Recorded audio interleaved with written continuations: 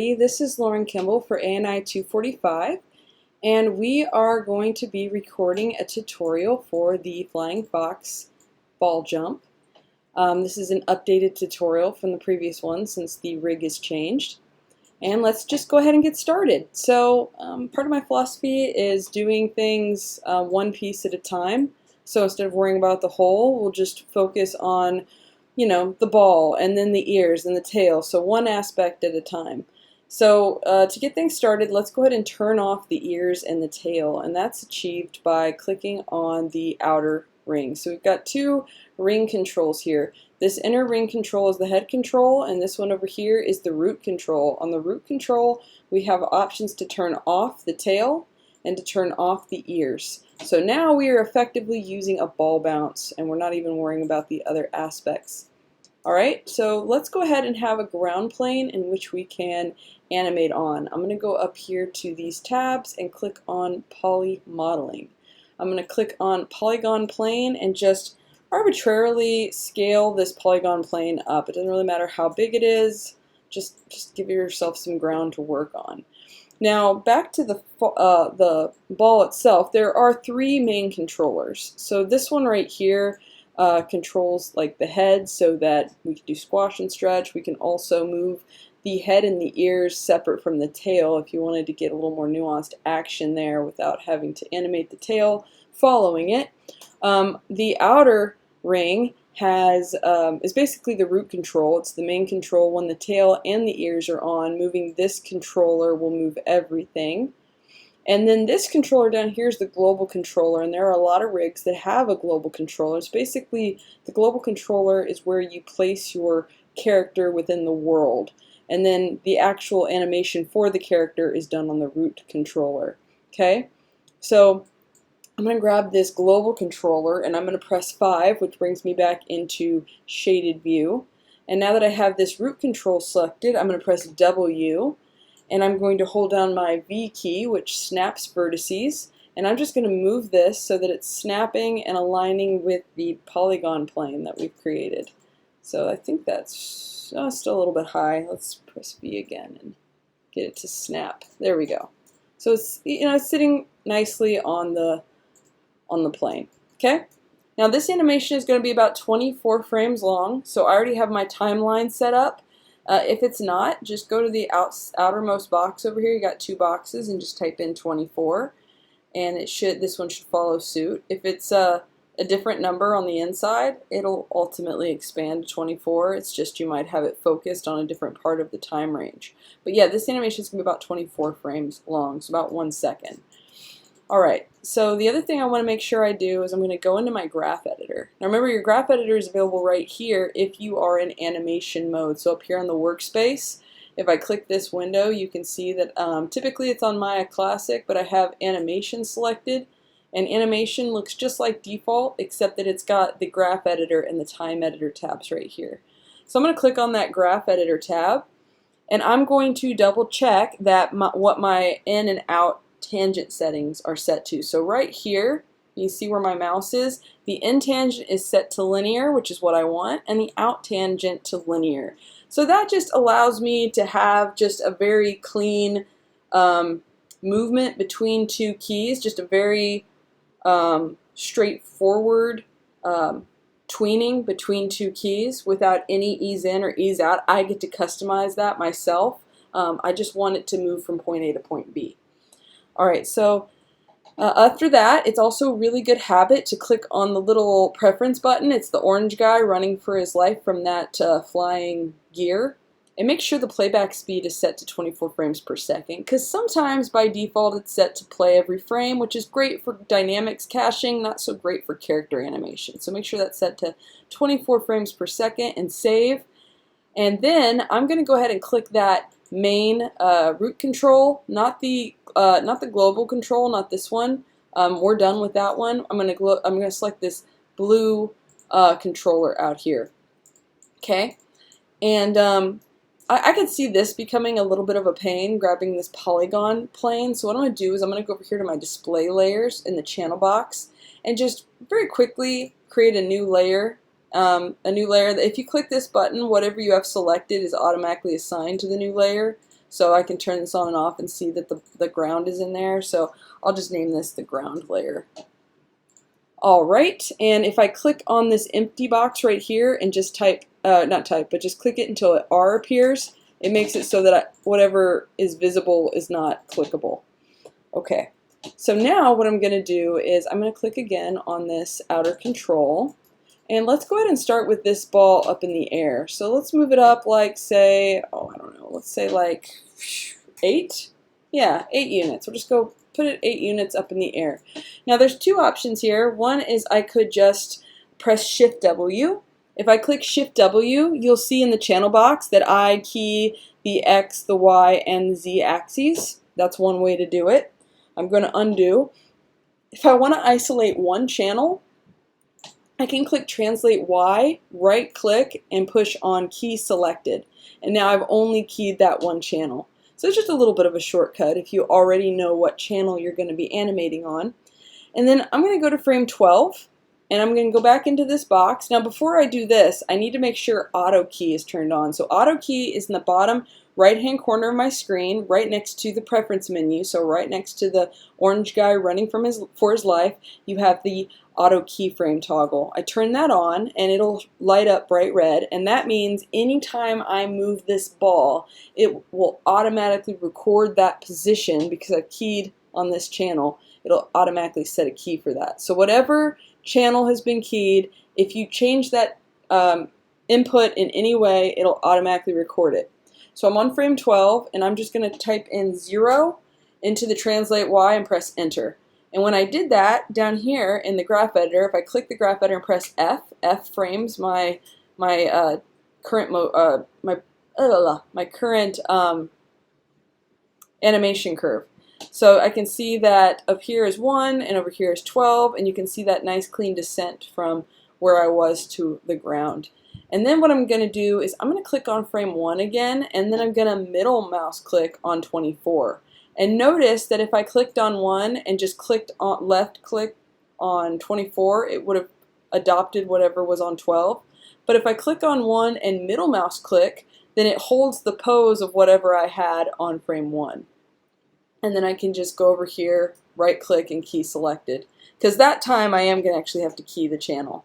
Alright, so when I press play, I got this very rigid robotic bounce. So not very exciting yet, but we're gonna work on that.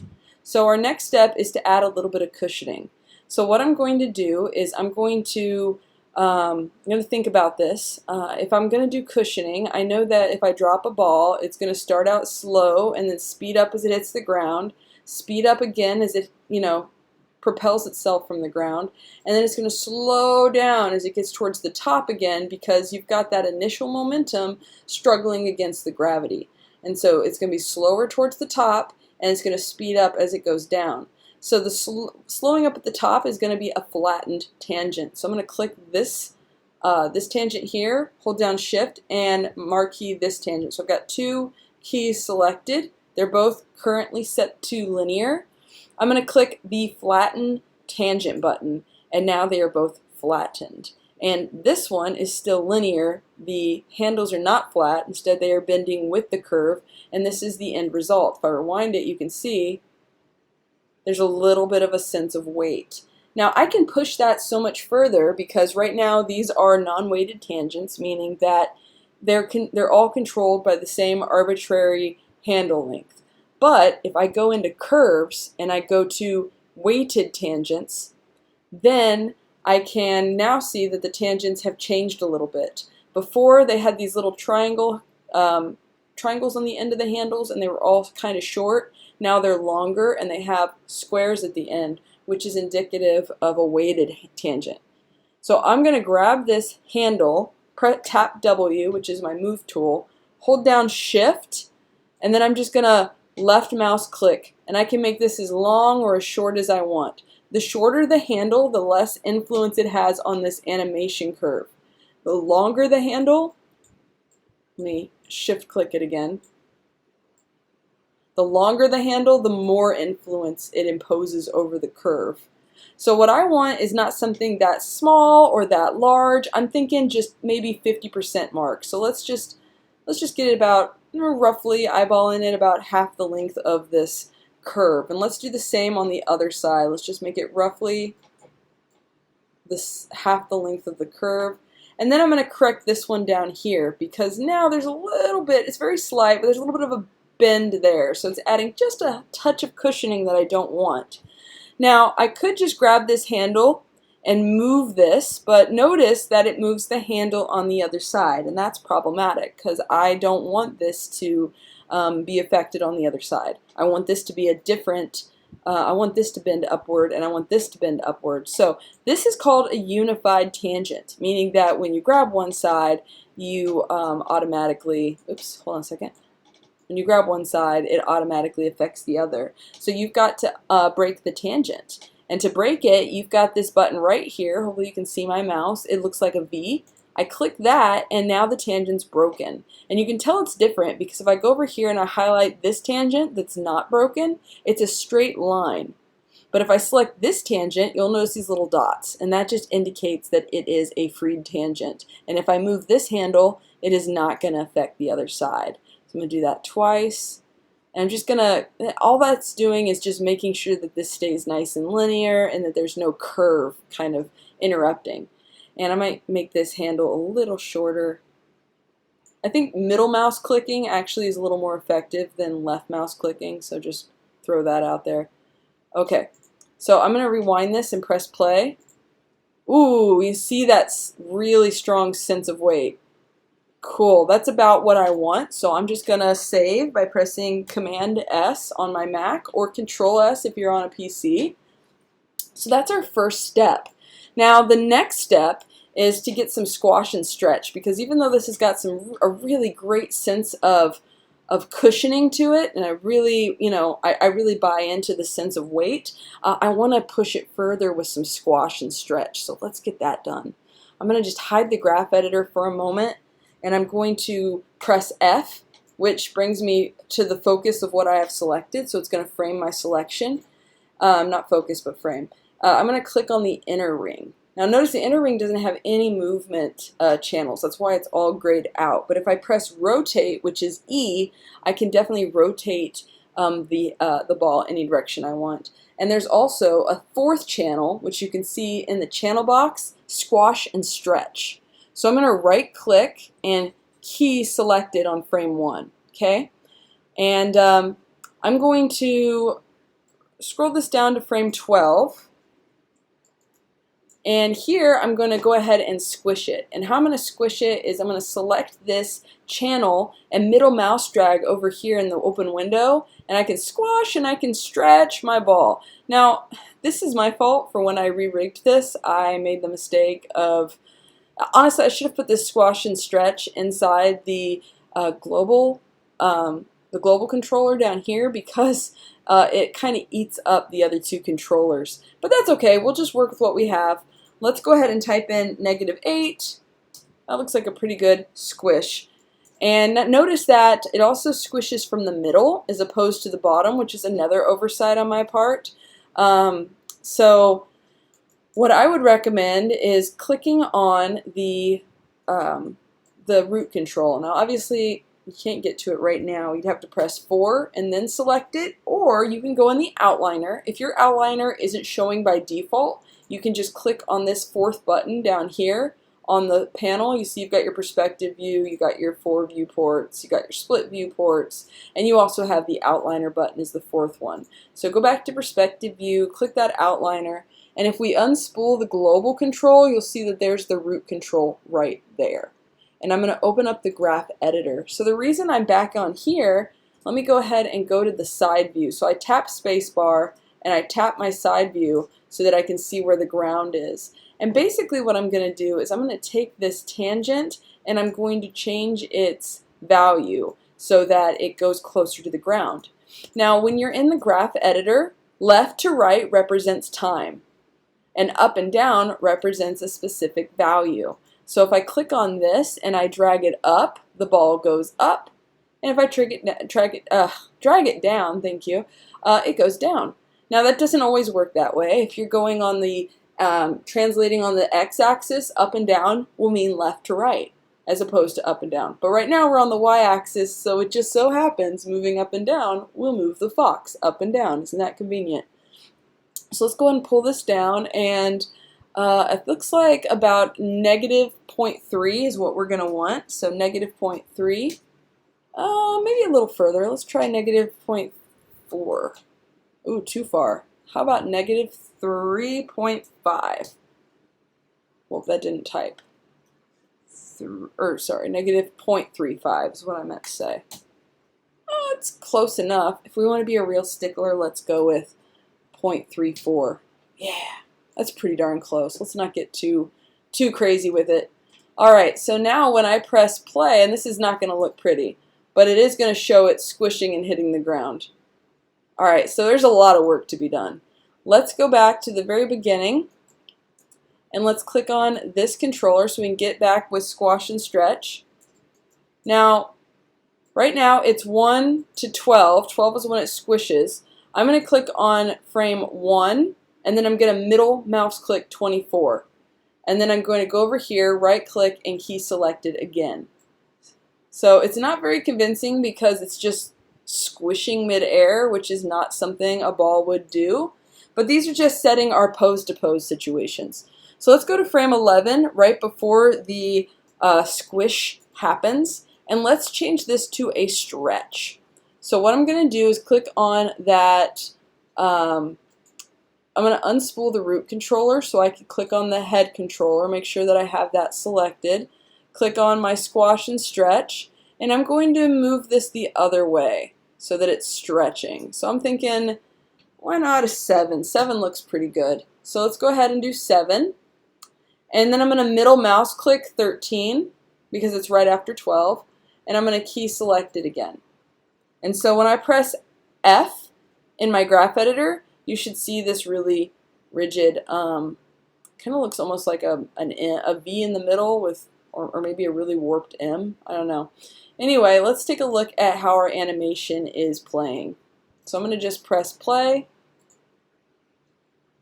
Alright, it's getting there. But honestly, I think that stretch happens a little too quickly. So I want, basically, I've got 2 poses here in the graph editor. On frame 1, I've got, or I'm sorry, not the whole graph editor, but between frames 1 and 11, I have 2 poses. And this one line right here, this one right here, between 1 and 11. In fact, let's just type in 11 so that this is the only thing we're focused on right in here. So there's 2 poses. This pose, which is a rigid circle, and this pose, which is a stretch. And they both have 50% of this curve. I want to have this pose last longer. And so what I'm going to do is a couple of things. One, I want to go ahead, since there's already cushioning on the y-axis, and I'm going to flatten this tangent so that it takes a little more time and it just kind of eases into that movement. But then I'm going to go over here to my curves and I'm going to apply a weighted tangent again. And I'm going to ask this handle to just hold longer. So I'm thinking maybe hold it all the way to like frame 7. I'm just kind of picking that arbitrarily. Let's see how that affects things. Also, going over here, I want to make sure that this handle is dipping down. Oh, remember, whatever we do to one handle, it's going to affect the other side. So if we don't want that to happen, we've got to break that. So we're going to break that tangent and just going to dip this down so that it stays linear. Let's see how that outcome works. Ooh, okay. Let's see. Whoop. I definitely like that a little bit more. Let's push this handle back so it's like affected by like 2. And this one, maybe push it all the way to 8. Oops, no, the handle, not the key. And remember, if you hold down shift, it keeps it from moving up or down. So I'm just really holding that circle. Let's see. Yeah, that's a lot better. I like that. Let's go ahead and adjust the entire animation that way. So I'm going to go over here and I'm going to break this tangent so that whatever I do to this side doesn't affect that side. I'm going to grab this tangent and I'm going to flatten it. And let's see, this one, the candle went all the way to 8, 7, 8, 10, 11, so I say probably going to be right here at 16 is how long the handle's going to go. Let's do this. That looks about right. Let's compare it. Yeah, that looks right. And then of course we're going to take this handle. Let's see how I shrunk that down about that far. Let's make sure it matches. That's pretty darn close. All right, let's go ahead and play. That's fun. I like it. Now another thing I could do if I felt so inclined is I could take this frame, another technique I could have done entirely, instead of unlocking these handles, I could have taken one and just moved it over here. I mean, obviously without had I not changed the weighted tangents, because then it would not have stretched at all until a certain point. But I kind of just wanted to have more time to play with these handles and demonstrate the relationship of how a handle's length can affect the curve. So this is cool. I don't mind this at all. I kind of like how it turned out. It seems very intentional to have the stretch be affecting the whole way through. So yeah, so that's how you adjust the influence using the curve handles. All right, so I like this. I'm ready to go ahead and move on to the ears now. Whew, this is already 20 minutes long. Sorry, everybody. Try to be a little faster. So I'm going to go over here and I'm going to click on my main controller and let's just turn on the ears. Now these ears are going to be a secondary action. They're also kind of limited. These ears are, I threw this rig together when the original Fox rig broke, so I only had like a day to rig this. So it could have been better, but I mean, it'll get the job done. There's basically just a bend deformer that causes that to happen. Alright, so basically this is a secondary action and it's going to follow after the main action. So let's just go ahead and start by selecting both of these ears and pressing Shift E for rotate. So you see all the rotating channels are keyed. And as the Fox goes down, like as it hits, it's going to be bent upward like this. I know it looks kind of ridiculous because the squash affects it so strongly. Let's try this. Let's just do it on frame 11 instead. Ooh, yeah, I'm not a fan of the way these ears deform. Sorry in advance, but you know, it still does the job. So I'm going to rotate these up because it's feeling that drag. Grab this here. Alright, so it looks like a little devil, but yeah, we'll take it. But you can see it now. You see how the ears are reacting? Boom. Alright, so this guy on his way up, so like about, let's let him transition about frame 14. This is where the ears are going to start going the other way. Oh my gosh. These ears move so much better when there's no deformation happening in the squash and stretch, but this is why I'm an animator and not a rigging artist. For shame. Okay, let's see. What did I rotate this to? I rotated this one to, it looks like 14. That'll work. Let's take this one and go negative 14. Okay, let's see how that looks. Ooh, I do not like that. Boom. Yeah, here's where there should be some major change of direction right here at frame 13. So what if we took what's at 14? Let's grab these two frames and move it backward. So I'm going to click Shift and middle mouse click frame 14. That's going to highlight the frame. Mind you, I have both ears selected. And I'm going to grab this middle arrow and just move these frames over. Alright, let's see how that looks. Boom. Still doesn't look very good. Yeah, I wish I could rotate these bad boys more the other direction. Let's just go ham and break it. Not a rigging artist and it shows. What happens if I rotate it? Ooh, it looks like Dobby from Harry Potter. Oh my gosh. Or actually it looks more like a bird. It's ridiculous. I gotta delete this frame. I can't look at it.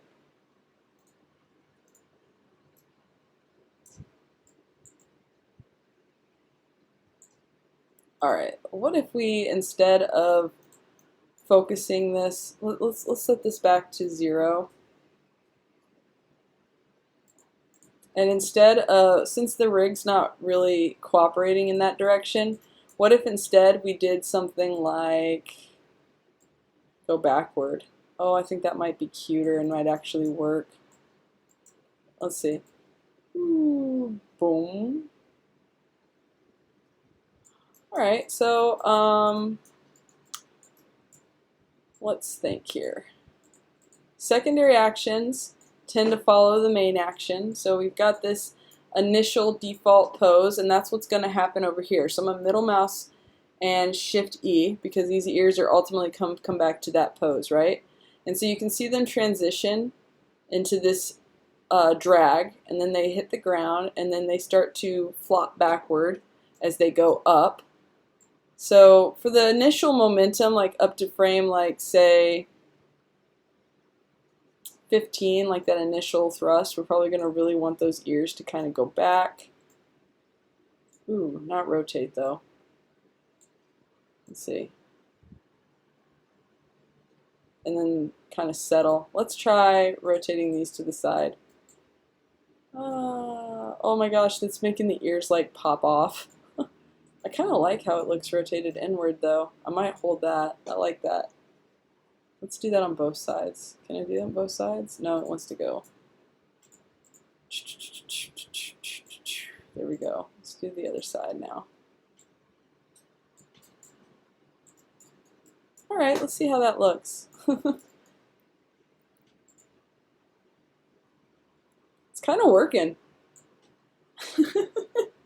So, I really wanted the ears to just kind of droop side to side, but this kind of works.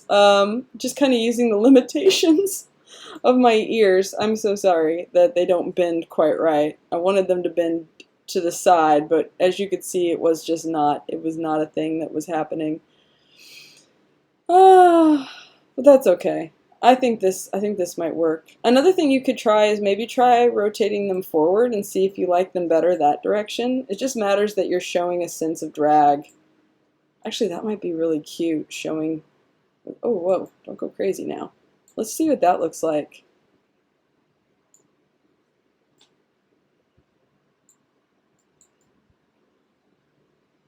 Oh my god, I think that's even cuter. Oh, I like it even more. Happy accidents, as Bob Ross would say. Yeah, okay, so we're just gonna, what I did, let me revisit what I did for those of you who are like, oh my god, Kimball, just cut to it. So I basically, on the first frame, I keyed these, and then on frame 12, I went ahead and moved them inward as far as they would go because they are experiencing drag. So let me click on this. This is called the grease pencil, and this just lets me draw on the frame. So I'm just going to click this, and so basically what's happening as the character is falling, and I'm drawing with my mouse, so don't come for me when it comes to my drawing skills on a mouse. The ears are experiencing resistance, and so that's what's causing them to sit upright, okay? So, there. They're going to be neutral here, and yeah, I know the grease pencil moves with the camera. Let's just delete that. Okay, so that's experiencing drag, and as it hits the ground, the ears are going to change direction. So if I click on this, you can see that frame 12 is where the ears are sitting upright, and frame 13 is when they start moving, instead of moving to the side, because as we saw, the side to side looked egregious. So instead we're having the ears flop forward because that's kind of cute. And as it goes up, on frame 15, I push those ears up even further, like they were really experiencing a sense of the momentum as it was speeding up. But as the ball reaches the top of the arc, those ears are going to settle because the ball is stopping. So that seems to work okay. So that's, if you need to see the frame numbers, those frames that I set, frame 1 and frame 24 are normal. Frame 12, they're rotated as far back as they'll go. Frame 13 is when they start to kind of peel forward, and 15, they're almost flat, and then I just let the frames naturally stand erect again. Alright, so I'm going to rewind this, and you can see it play. It's got the cute little ears going, got the squash and stretch. Now we're going to worry about the tail, and honestly, I think I should break this into a second tutorial because this is already 30 minutes, so let me stop it.